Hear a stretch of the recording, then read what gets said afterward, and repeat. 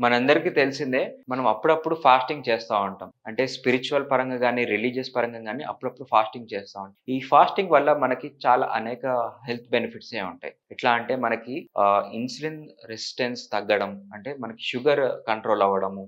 And దీంతో పాటు మనకి బాడీలో సెల్యులార్ రిపేరింగ్ కూడా అవుతుంది. సో, ఏ అయితే సెల్స్ బాగా ఒత్తిడికి గాని, స్ట్రెస్‌కి లోనవుతున్నాయో వాటికి ఆ ఇన్‌ఫ్లమేషన్ తగ్గడం, సెల్యులార్ లెవెల్‌లో డ్యామేజ్ ఉంటే వాటికి రిపేర్ అయ్యే టైము ఈ ఫాస్టింగ్‌లో మనకు లభిస్తుంది. సో, ఎవరైతే ఫాస్టింగ్ చేస్తున్నారో వాళ్ళ లాంగివిటీ ఏజ్ కూడా బాగా పెరుగుతా ఉంటుంది. సో, ముఖ్యంగా ఫాస్టింగ్ అనేది ఎవ్రీ 3 మంత్స్‌కి ఒక 1 డే అంటే 24 అవర్స్ ఫాస్టింగ్ చేస్తే మంచి లాభమే ఉంటుంది. అలా అని చెప్పి ఎవ్రీ వీక్‌లో 1 డే చేస్తుంటే అంతగా ఉపయోగపడదు. ఇలాగ చేసుకోవడానికి కొంచెం టైం పడుతుంది. ఫస్ట్ 3 మంత్స్‌కి 1 డే ఫాస్టింగ్ చేసుకొని, దాన్ని monthly once, then weekly once లాగా కన్వర్ట్ చేసుకుంటా ఉంటే వాళ్ళకి ఫాస్టింగ్ అనేది అలవాటవుతుంది.